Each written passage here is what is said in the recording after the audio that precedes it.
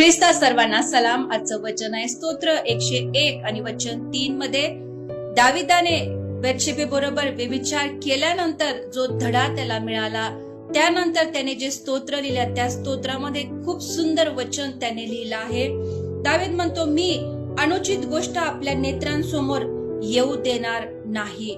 दाविदाला परमेश्वराने एकदा क्षमा केल्यानंतर दाविदाने परत फिरून ती चूक रिपीट केली नाही. आज आपल्याला ते शिकायचं आहे.